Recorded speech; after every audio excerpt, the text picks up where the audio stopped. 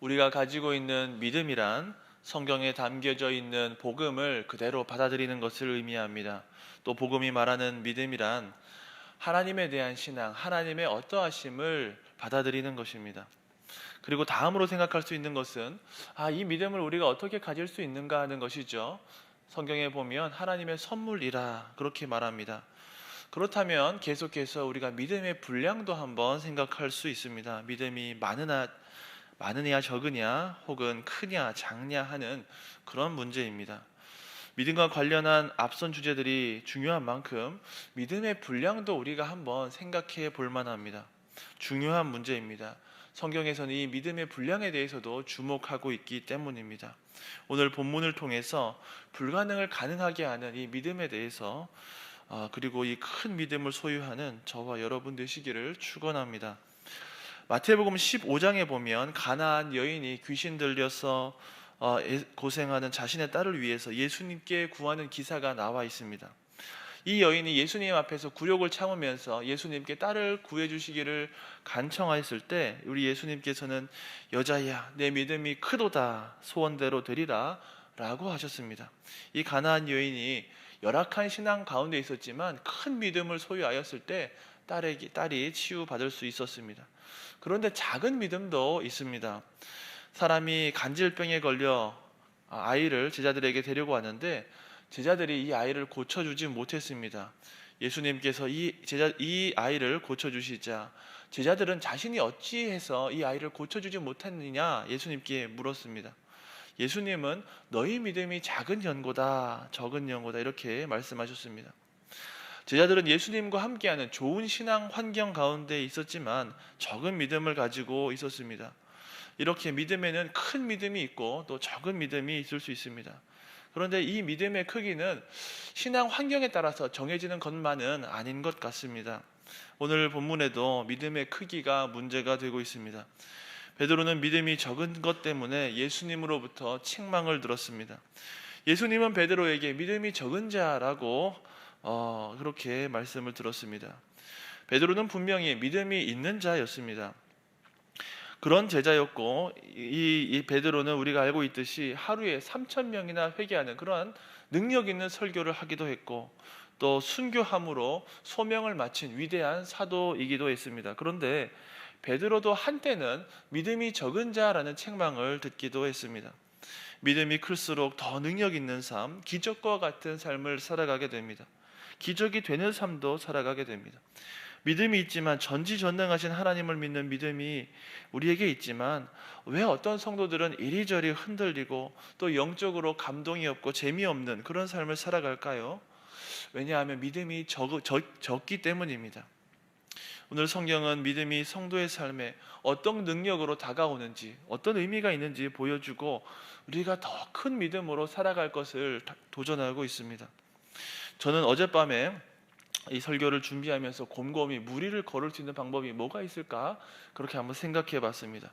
그래서 제 상식으로는 두 가지 방법이 있을 수 있다. 첫 번째 한 방법은 한쪽 발을 물에다 대고 다른 한쪽 발이 물에 가라앉기 전에 다른 한쪽 발을 물에 올리는 것입니다. 그렇게 가라앉기 전에 물을 이렇게 탁 하면 한 발 한 발 디디면 물을 걸을 수 있지 않을까 그렇게 한번 생각해 봤습니다. 또 한 가지 방법은 물의 표면 장력을 이용하는 것입니다. 말이 어렵지만 쉽게 말하면 소금쟁이처럼 한번 걸어가는 거죠. 소금쟁이처럼 팔다리를 길게 늘어뜨리고 또 이 손과 발에 기름을 발라서 표면 장력을 극대화하고 또 소금쟁이처럼 날씬하게 다이어트를 감내하면 이 표면 장력보다 몸무게가 가벼워져서 이 물리를 걸을 수 있지 않을까 그런 생각을 해보았습니다. 여러분 이 예화를 들으면서 어떤 생각이 드십니까? 우리 들었던 예화 중에 가장 어처구니가 없다 뭐 이런 생각이 들진 않으십니까? 왜냐하면 상식적으로 물 위를 걷는 것은 불가능하기 때문입니다. 그런데 오늘 본문에서는 베드로가 이 불가능한 일을 경험했습니다. 가능하게 되었습니다. 제가 말한 것처럼 이렇게 축지법을 쓰거나 다이어트를 하지 않고 눈속임을 통해서가 아니라 그냥 물 위를 걸은 것입니다. 믿음의 유익이 무엇입니까? 우리가 믿음을 크게 가질 때 어떤 유익이 있습니까? 불가능한 것도 가능하게 경험하는 것입니다. 오늘 물 위를 걸은 베드로 사건을 통해서 분명하게 보여주는 것은 믿음의 능력과 유익입니다. 이 기적은 하나님의 백성들, 저와 여러분들에게 믿음은 불가능한 것이 가능하게 되는 것을 보여주는 그런 능력임을 알려줍니다. 이 사건이 우리가 말하는 것은 물 위를 걸으라는 것이 아니라 믿음은 불가능한 것을 가능하게도 만든다라는 사실입니다. 오늘 보면 바로 앞에 예수님은 오병이어 사건을 베풀어 주셨습니다. 하나님의 아들이고 메시아이심을 드러내셨습니다. 이 사건 직후에 예수님은 제자들을 배에 태워 베세다 건너편으로 먼저 가게 하시고 혼자 기도하러 가셨습니다. 약 10km 정도 되는 바닷길을 제자들이 밤새 건너가고 있습니다. 그런데 본문에 보니까 강한 바람이 불어서 다음날 새벽까지 한 10시간 정도 노를 저었는데도 불구하고 나아가지 못하고 있는 아주 곤란에 놓인 상황을 겪고 있습니다. 예수님은 이러한 상황을 아주 잘 알고 계셨습니다. 그래서 혼자 건너편으로 가지 않으시고 물 위를 걸으셔서 곤란에 처한 제자들에게 다가오셨습니다. 여기서 우리는 예수님의 자비로우심을 다시 한번 발견하게 됩니다. 우리가 심한 어려움과 곤란에 처해 있을 때, 외로움에 처해 있을 때 하나님이 우리에게 무관심하다고 느낄 때가 있습니다. 그런데 예수님은 우리의 사정을 잘 알고 계시는 분입니다. 우리의 슬픔, 우리의 고통, 우리의 어려움, 우리의 외로움, 우리의 억울함, 위급함 다 알고 계십니다. 그래서 찾아오시는 분입니다. 모른 채 하지 않으십니다. 오셔서 도움을 베푸시기를 바라십니다. 역풍을 만나서 밤새 깜깜한 바다 위에 고생하던 제자들을 찾아와서 그리고 도움을 주신 우리 예수님, 오늘날에도 우리 앞이 막막했을 때, 또 어려움 가운데 있을 때 찾아오시는 분입니다. 우리 예수님 어제나 오늘이나 영원토록 동일한 분이시기 때문입니다. 물 위를 걸어오신 예수님을 본 제자들은 유령이 나타난 줄 알고 심히 두려워했습니다. 그래서 예수님은 안심하라, 내니 두려워하지 말라 이렇게 말씀하셨습니다. 여기에서부터 우리가 베드로의 믿음을 우리가 발견하게 됩니다. 물 위를 걸어오신 분이 예수님이시다 안 베드로는 예수님께 만일 주시어든 나를 명하사 물 위로 오라 하소서 이렇게 말했습니다. 사람들은 베드로의 행동을 베드로가 참 충동적이구나, 말도 안 되는 소리를 한다 이렇게 생각하고 비판할 수도 있습니다. 그런데 분명한 것은 이 요구는 믿음의 요구였다라는 겁니다. 왜냐하면 예수님이 이 요구를 그대로 받아주셨기 때문입니다. 예수님은 베드로의 믿음을 보셨습니다. 베드로는 예수님에 대한 믿음을 가지고 있었습니다. 바로 전날 보리떡 5개, 물고기 2마리로 5,000명을 먹이셨던 그 감동과 여운이 가시지 않은 그런 상태였기 때문입니다. 이 사건은 베드로에게 예수님은 전지전능한 분이다라는 믿음을 가지고 구한 것입니다. 베드로는 전지전능하신 예수님을 믿는 믿음으로 물 위를 걸어가게 해달라고 구했습니다. 이때 베드로가 구한 것은 불가능한 것이었습니다. 그런데 예수님께서 오라 그렇게 말씀하셨습니다. 그때 베드로는 물 위를 걸을 수 있었습니다. 불가능한 일이 가능하게 되었습니다. 이것이 믿음의 능력입니다. 믿음은 불가능한 일을 가능하게 만듭니다. 주 예수를 믿는 믿음 안에서 성도들은 불가능한 것을 가능하게 그렇게 경험합니다. 우리는 약한 존재입니다. 세상에서 우리가 살아갈 때 좌우로 우겨쌈을 당하고 능력이 제한되는 경우가 있습니다. 그런데 믿음이 우리의 능력이 됩니다. 성도 여러분, 믿음이 우리가 죽어서 천국 가게 하는 그런 티켓 정도로 제한되어서 생각하면 안 됩니다. 믿음은 무한한 능력이 됩니다. 믿음은 바벨론의 7배나 더 뜨거운 풀무불 속에서 새 소년이 예수님과 함께 춤추는 능력이 되었습니다. 믿음은 사자의 입을 막았습니다. 믿음은 에스더, 느헤미야 때에 절대 권력자들의 마음도 돌려놓았습니다. 믿음은 하나님과 동행하게 하고 믿음은 하나님의 얼굴을 보게 합니다. 여러분, 우리가 입술로 고백하는 내용을, 그 믿음의 내용을 다시 한번 생각해 보시기 바랍니다. 우리는 예수님이 하나님의 아들이고 하늘과 땅의 모든 권세를 가지고 있다라고 고백하지 않습니까? 그렇다면 지금 여러분과 저를 위해, 교회를 위해서 능력을 행하시는 주님을 믿으시기를 바랍니다. 그리고 이 능력 많은 주님께서 우리가 필요할 때에 그 능력을 행하실 것입니다. 우리는 이 큰 풍랑이 있는 바다와 같은 그런 인생을 살아가고 있습니다. 우리 인생 여정 가운데에도 역풍이 일고 어려움이 일 수 있습니다. 파도를 넘어갔다 싶으면 또 다른 파도가 우리의 인생을 덮쳐옵니다. 어느 정도 시간이 지났으니 많이 왔나 싶으면 갈 길이 아직도 멀리 남아 있습니다. 재난과 병이 또는 슬픔이 우리를 위협할 수가 있습니다. 하지만 성도 여러분, 기억하시기 바랍니다. 우리는 홀로 가는 사람들이 아닙니다. 우리 예수님, 우리를 홀로 내버려 두시는 분이 아닙니다. 우리 자신은 약하지만, 우리 자신이 깊은 바닷속에 빠져들어갈 것 같지만 예수님은 전능하시고 또 우리의 삶 가운데 전능하신 주님을 경험하기를 원하십니다. 불가능한 일도 가능하게 만드십니다. 이것은 자기 확신이나 또 자기 긍정, 그런 것이 아닙니다. 우리의 믿음은 하나님을 긍정하고 예수님의 능력을 확신하는 그런 믿음입니다. 예수님 안에서 큰 믿음을 가진 사람은 불가능한 일도 가능으로 경험할 수 있습니다. 이런 큰 믿음에 욕심을 내고 또 소유하시는 우리 성도님들 되시기 바랍니다.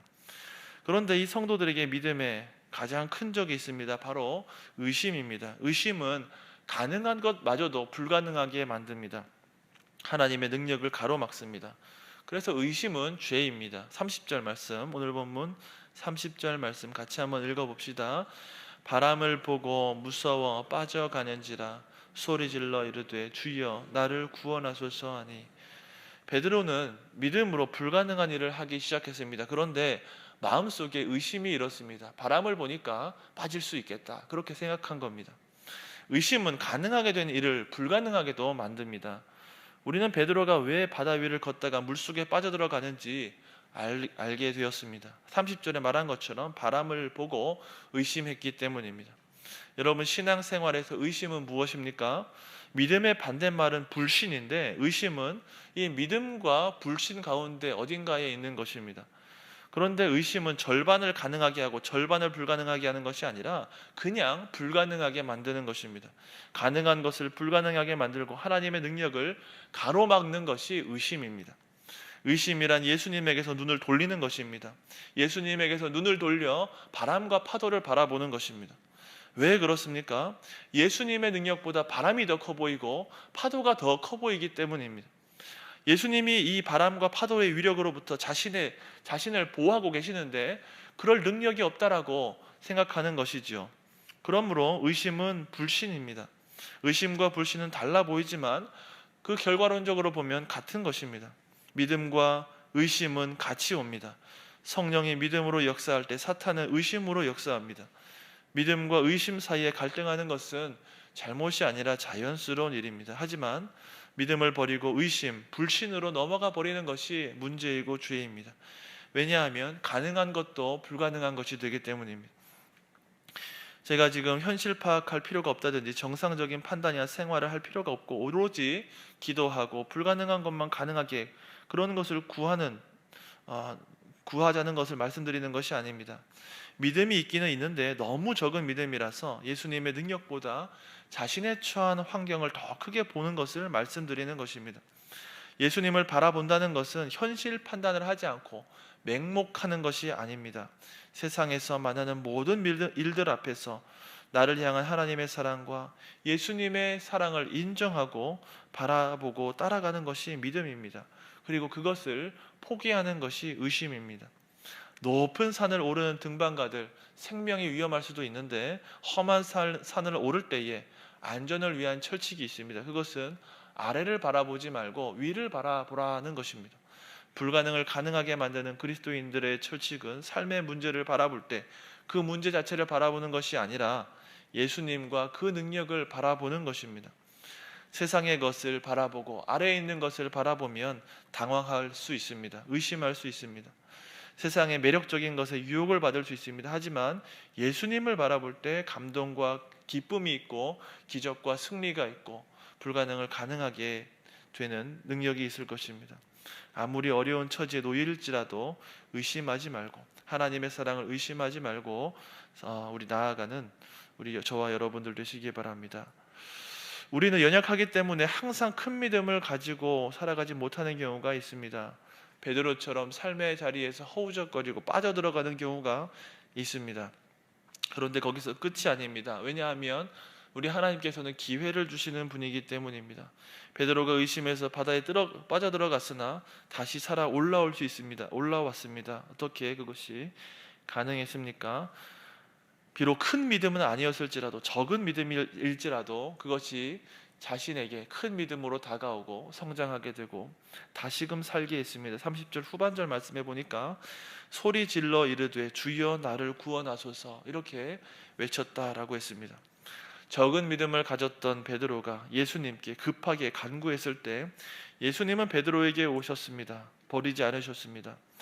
베드로는 물에 빠져서 배에 있는 친구들과 형제들에게 도움을 요청한 것이 아니라 예수님을 바라보고 예수님께 호소했습니다. 주여 나를 구원하소서. 베드로는 다시 믿음을 가지고 예수님께 구했습니다. 그리고 예수님은 이 믿음으로 구하는 베드로를 거절하지 않으셨습니다. 31절에 보니까 예수님께서 즉시 손을 내밀어 저를 붙잡으셨다라고 기록했습니다. 예수님은 빠르게 응답하셨습니다. 베드로가 믿음을 회복하고 믿음으로 예수님을 바라보고 예수님께 호소했을 때에 예수님과 다시 물 위를 걷게 되었습니다. 격한 풍랑이 있는 바다 위를 베드로는 예수님과 함께 걸어갔습니다. 기적이 다시 시작되었습니다. 불가능한 일이 다시 가능한 일이 되었습니다. 이 믿음이 베드로를 걷게 하고 베드로가 배에 오르게 했습니다. 성도 여러분, 우리도 동일하게 역풍이 휘몰아치고 우리를 두렵게 하는 풍랑이 있는 그러한 세상을 살아가고 있습니다. 오래 수고했지만 안전한 포구는 저 멀리 있는 것 같습니다. 많은 고난과 역경이 우리를 어렵게 하고 있습니다. 그러나 성도 여러분, 두려워하지 말고 낙심하지 마시기를 바랍니다. 왜냐하면 우리 옆에는 예수님이 서 계시기 때문입니다. 우리도 큰 믿음 가지고 이 예수님과 함께 바다를 걸어가야 됩니다. 예수님 안에 있는 하나님의 큰 사랑과 큰 능력을 확신하시고 큰 믿음을 가지고 예수님을 부르시고 예수님을 붙드시기 바랍니다. 때때로 적은 믿음으로 물속에 빠져들어갈 때에 주님의 이름을 부르시기 바랍니다. 그때 주님께서는 우리의 손을 바로 잡아주실 것입니다. 이런 큰 믿음의 능력을 경험하시는 저와 여러분 되시기를 주님의 이름으로 축원합니다. 아멘. 기도합시다. 하늘에 계신 우리 아버지, 아버지의 이름을 거룩하게 하시며 아버지의 나라가 오게 하시며 아버지의 뜻이 하늘에서와 같이 땅에서도 이루어지게 하소서. 오늘 우리에게 일용할 양식을 주시고 우리가 우리에게 잘못한 사람을 용서하여 준 것 같이 우리 죄를 용서하여 주시고 우리를 시험에 빠지지 않게 하시고 악에서 구하소서. 나라와 권능과 영광이 영원히 아버지의 것입니다. 아멘.